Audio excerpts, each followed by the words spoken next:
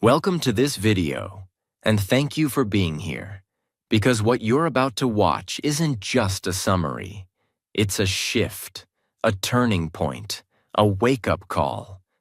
Today, we're diving into a book that has changed millions of lives.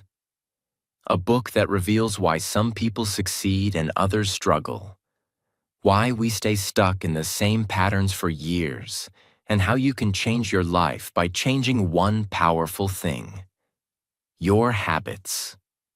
The book is The Power of Habit by Charles Duhigg, and this might be the most important video you'll watch this year. Why this book matters so much. Every single day, you wake up and do hundreds of things. Some good, some bad, some you're proud of, some you regret. But here's the truth. Most of the things you do, from brushing your teeth, checking your phone, getting angry, procrastinating, eating junk food, giving up on your goals, they're not choices, they're habits, automatic, unconscious, repeated over and over. And the scariest part?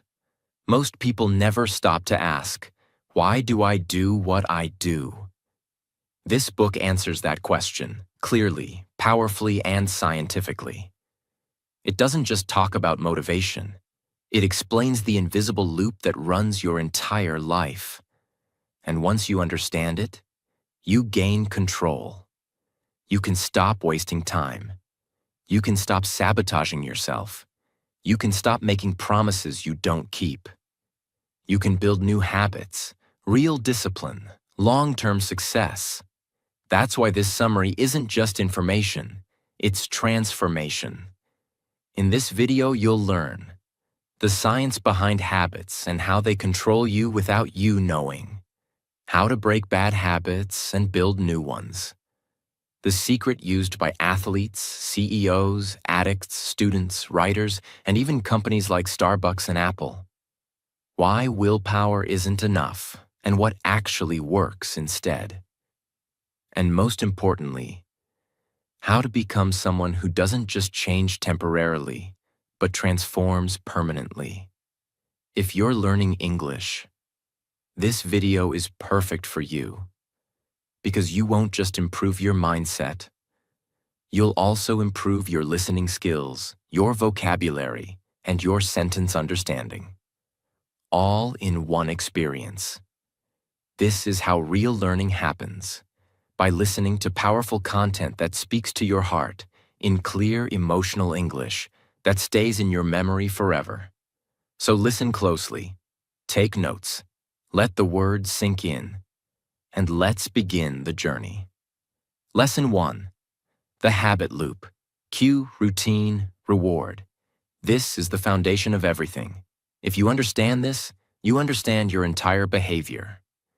Charles Duhigg explains that every habit, whether good or bad, follows a pattern.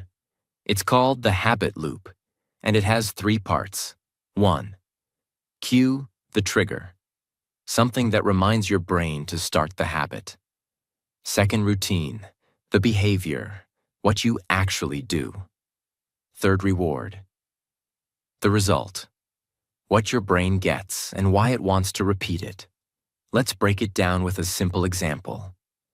Imagine you always eat chocolate at 4 p.m. The cue might be the time, 4 p.m. Or maybe it's boredom or stress. The routine is walking to the fridge, opening it, and grabbing chocolate.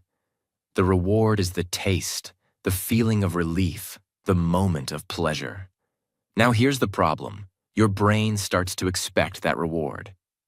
So tomorrow at 4 p.m., your brain whispers, "Where's my chocolate?" And you repeat it again and again, until it's no longer a choice.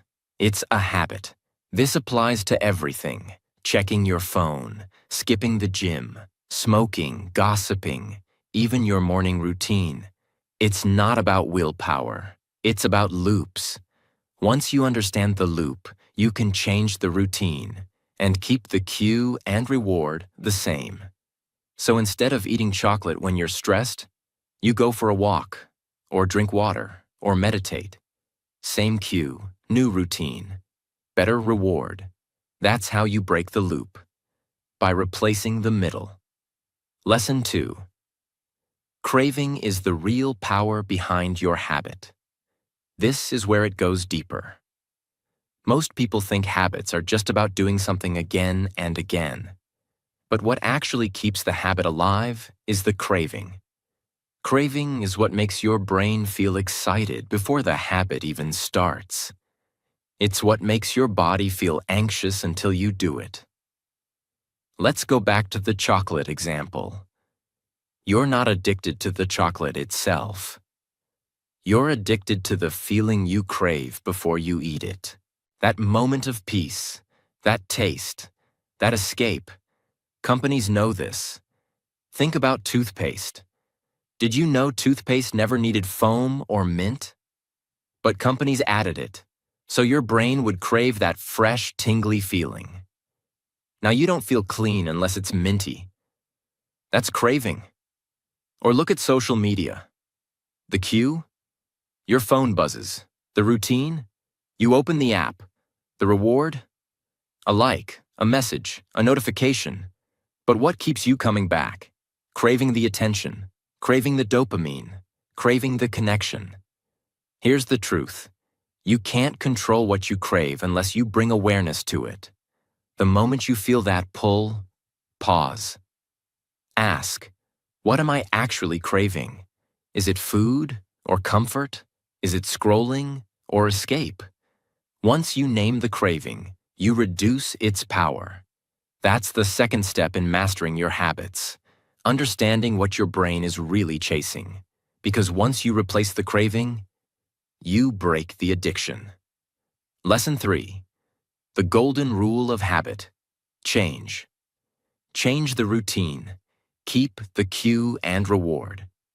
This lesson is the core of real transformation. It's not enough to try harder. Most people fail at breaking bad habits because they think they need more willpower. But this book reveals something far more practical and powerful. You don't need to erase the habit. You need to rewire it. The cue will still come. The reward will still matter. But you change the routine in between, the part you control. Let's take a real-life example from the book. There's a man named Bill Wilson. He was an alcoholic. Every day after work, he went to a bar. The cue was stress. The routine was drinking. The reward was relaxation. He tried to quit drinking many times, but each time, the cue, stress, remained.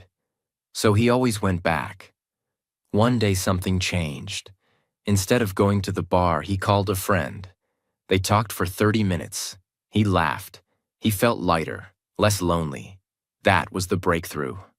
Same cue, stress, new routine, conversation, same reward, emotional relief. And that's how Alcoholics Anonymous was born. It's built on this golden rule. Keep the cue and reward, but replace the routine. This works for everything. If you smoke because you feel anxious, replace smoking with deep breathing or a walk.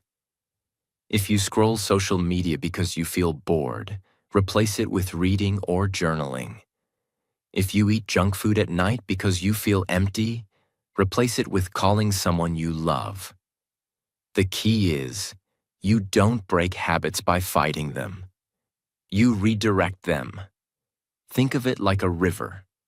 You don't block the flow. You dig a new path. You must become a builder of new routines. Routines that lead to the same emotional reward, but through actions that build you, not destroy you. This is how change happens. Not overnight, but over and over, by replacing one damaging routine with a powerful one. Lesson 4. Keystone habits. The habits that change everything. This might be the most powerful idea in the entire book. Not all habits are equal. Some habits are so important, so foundational, that changing just one of them starts a ripple effect across your whole life. These are called keystone habits. Charles Duhigg explains that keystone habits are habits that spark other positive behaviors automatically. They act like dominoes. One falls, and many others follow. Let's take an example. Story. Lisa, the woman who transformed everything. In the book, we meet a woman named Lisa. She was overweight, depressed, smoked a pack a day, constantly broke, constantly quitting jobs. Her life was a mess. Then, one day, after a painful breakup, she made one decision. She would stop smoking. That's it. She didn't say she'd change her whole life. Just this one keystone habit. But something magical happened. Once she quit smoking, she started running. She began waking up earlier. She saved money. She changed her diet. She applied for a better job. She moved to a new city. Within a year, her entire identity had changed. All because she focused on one keystone habit. Why? Because keystone habits affect your self-image. When you keep one promise to yourself, your brain says, "I'm the kind of person who keeps promises." That belief spills into everything you do. Let's look at more examples. Exercise is a keystone habit. People who exercise regularly tend to eat healthier, sleep better, procrastinate less, and even spend less impulsively. Making your bed is a keystone habit. It sounds silly, but it creates a feeling of order. It sets the tone for discipline. Studies show people who make their bed are more productive and feel more in control. Writing a gratitude journal is a keystone habit. It leads to better mood, less anxiety, improved relationships, because your brain gets trained to focus on what's working. The power of keystone habits is this. They don't just change what you do. They change who you believe you are. That's why this lesson is life-changing. You don't need to change 100 things today. You need to identify just one keystone habit and give it everything. Choose a habit that you can do daily, feels meaningful, builds your identity, then do it again and again, and watch your life shift, quietly, powerfully, and permanently. Lesson 5. Willpower is a muscle. The more you use it, the stronger it gets. Most people believe that willpower is something you're either born with or not. They say things like, "I just don't have discipline. I can't control myself. I always give up. Some people are just stronger than me." But Charles Duhigg destroys this myth. He explains that willpower is not a talent. It's not luck. It's not magic. Willpower is a muscle. And just like any muscle, it gets tired when overused, but it gets stronger when trained. Let's look at one powerful example from the book. There was a group of researchers who ran an experiment. They brought two groups of people into a room. Both groups were hungry. One group was offered chocolate chip cookies. The other group was told they could only eat radishes. The radish group had to sit there, resisting the delicious smell of cookies while they munched on bland vegetables. Later, both groups were given a puzzle to solve. It was a nearly impossible task. And the real test wasn't who could solve it, but who would try the longest before giving up. The result? The people who had resisted the cookies gave up on the puzzle much faster. Why? Because their willpower muscle was already tired. They had used so much self-control earlier that they didn't have energy left for the next challenge. This teaches a powerful truth. Willpower is limited in the short term, but it grows with practice. So, how do you build it? Start with small promises to yourself. Don't aim for perfection. Aim for repetition. Examples. Make your bed every morning, no matter what. Drink a glass of water before you check your phone. Write one sentence in a journal every night. Go for a 5-minute walk, even if you don't feel like exercising. Each time you do something you don't feel like doing, your willpower gets stronger. It's like lifting weights. The more resistance you push through, the stronger you become. Eventually, your identity begins to shift. You stop saying, "I'm lazy," and start saying, "I do hard things." You stop saying, "I give up," and start saying, "I finish what I start." Willpower is built in moments when no one is watching, when you choose discomfort over convenience, when you show up tired, but still show up. The difference between successful people and average people isn't that they never feel weak. It's that they've trained their willpower, and it's become their secret weapon. So start today. Pick something small and prove to yourself, "I do what I said I would do." Do it again tomorrow, and again the next day.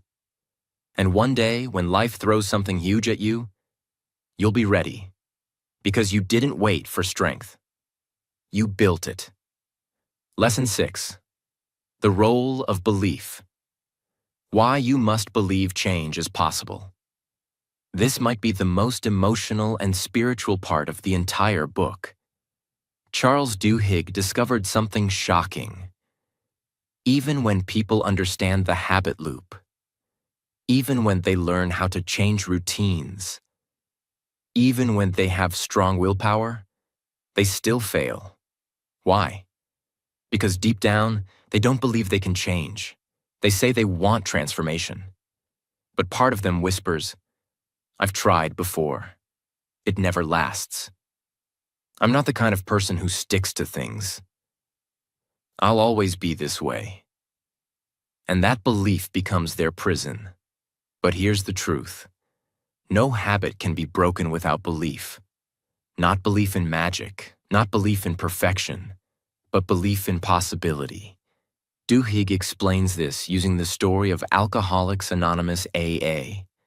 For decades, psychologists couldn't understand why AA worked. There was no official therapy, no medication, no scientific structure. Yet millions of people got sober through it. So what made the difference? It wasn't the steps. It was the belief that change was possible, and the support of a group that believed in them even when they didn't. AA creates a system of belief.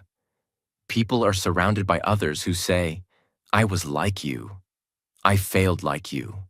I suffered like you. But I changed. So can you." That belief, even borrowed, becomes the seed of transformation. And once people begin to believe they are capable of change, they act differently. They try again. They stay longer. They push harder. Because now they're not just fighting for a result.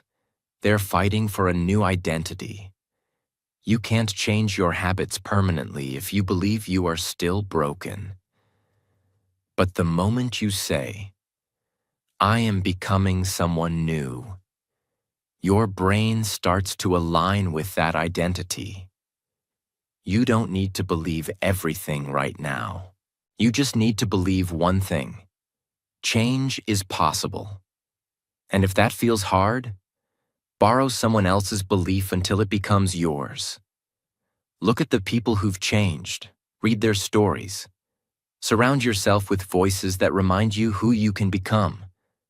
And speak this into yourself. I am not my past. I am not stuck. I am not finished. I am becoming. I am not weak. I'm training. I am not a failure. I am rebuilding. When belief enters your mind, your habits begin to shift. When belief lives in your heart, your life begins to follow. That's the invisible force behind every transformation. And that's why Lesson 6 is not just about habits. It's about hope. Lesson 7. Your environment shapes your habits more than your willpower. This lesson is one of the most eye-opening in the entire book. and it breaks a myth that destroys millions of dreams. You don't rise to the level of your goals. You fall to the level of your surroundings. Most people think habits are about self-control. They believe they fail because they're weak or lazy or undisciplined. But Charles Duhigg shows us something different. Your environment, the people, places, sounds, triggers, and systems around you, often have more control over your behavior than your actual intention. Let me give you an example that explains everything. The story of the hospital soap. In a hospital, many doctors were not washing their hands, even though they knew how dangerous it was. They were told again and again. Posters were put up, lectures were given. But still, many skipped it, and patients were dying from infections. Then, someone made one tiny change. They moved the soap dispensers closer to the entrance of every room. They also placed hand sanitizer right near the beds, within reach. What happened? Hand washing rates skyrocketed. Infections dropped dramatically. No lecture, no new rules, no punishment, just a change in environment. The habit didn't require willpower anymore. It became automatic because it was easy. This is how habits work. If your phone is next to your bed, you'll scroll before sleep. If junk food is in your kitchen, you'll eat it eventually. If you surround yourself with people who complain, you'll start speaking like them. But if you place your journal next to your pillow, you'll write. If your running shoes are by the door, you'll walk. If your water bottle is on your desk, you'll drink more. You don't have to fight yourself. You just have to design your space. Ask yourself, what's the first thing I see when I wake up? Is my phone pulling me into distraction? Is my home helping me become the person I want to be? Are my friends holding me back or lifting me up? You don't just build habits. You build the space where your habits are born. And here's the secret. The more friction there is, the harder it is to act.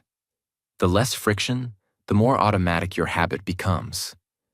So reduce the friction for good habits.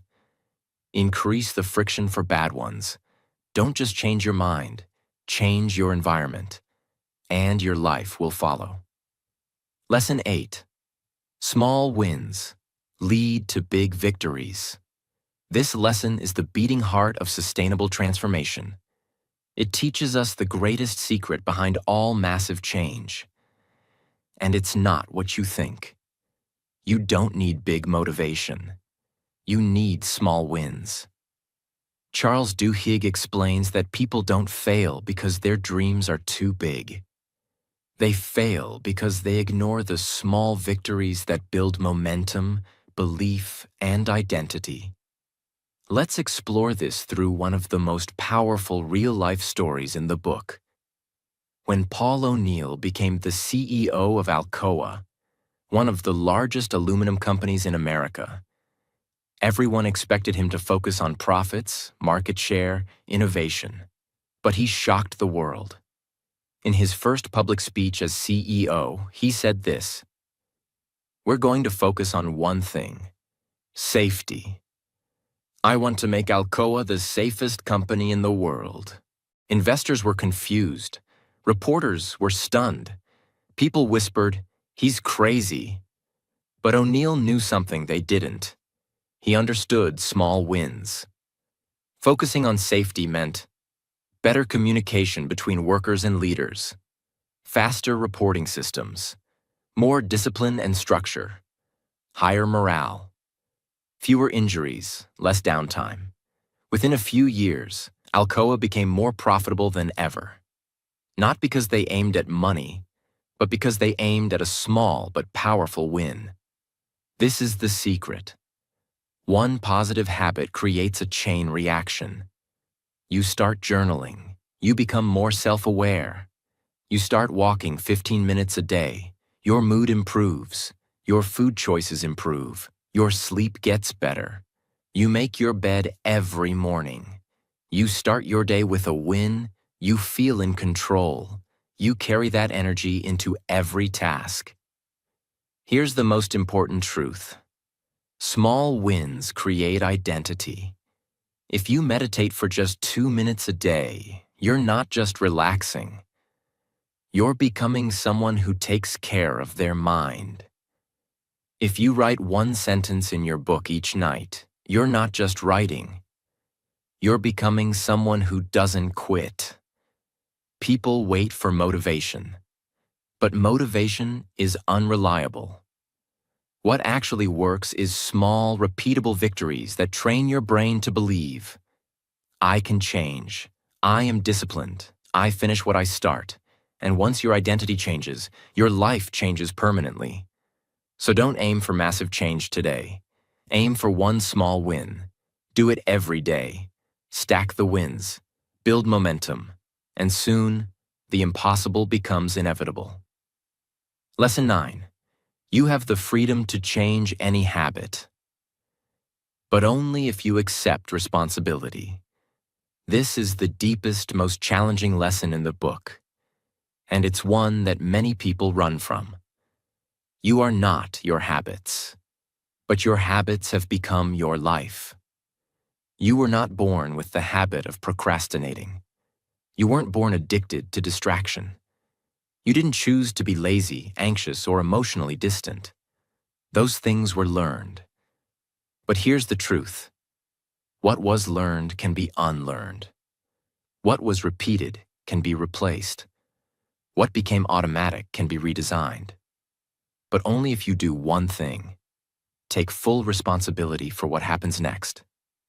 This book ends with a hard but beautiful truth. No matter where you come from, no matter how bad your past habits have been, no matter what excuses the world has given you, you still have the power to change your habits.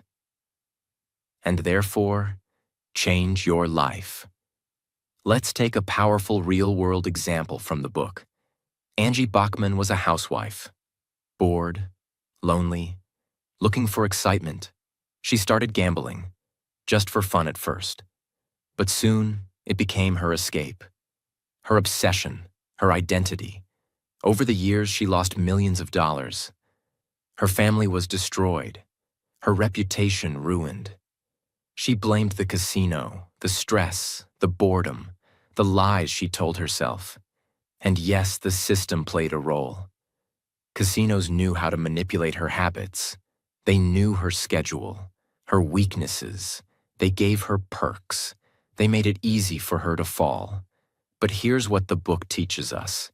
The system might have been unfair, but the decision to keep playing, that was hers. Even when she saw herself losing, even when the guilt was overwhelming, even when she knew she had a problem, she kept going. Because she never stopped and said, I'm responsible for this loop, and I can change it. This is what separates those who transform and those who stay stuck. The people who change their habits don't wait for the world to be fair. They don't blame their phone, their job, their parents, their past, their partner. They look in the mirror and say, this is my life, and I am in control now. You have to choose that. No one will do it for you. Your brain will try to run on autopilot. It will pull you toward the familiar even if it's painful. But if you interrupt the loop, if you stop and say, not this time, you reclaim your power. And here's the secret. The brain doesn't care what habits you build. It will automate anything you repeat. So why not automate greatness? Why not program your mind to default to discipline instead of delay, to courage instead of comfort, to consistency instead of chaos? You are one decision away from becoming someone new. Not next year. Not after you feel ready. Not when the fear goes away. But now. Right now. This is your moment to choose what your future self will thank you for. Because if you don't choose your habits will choose your life for you.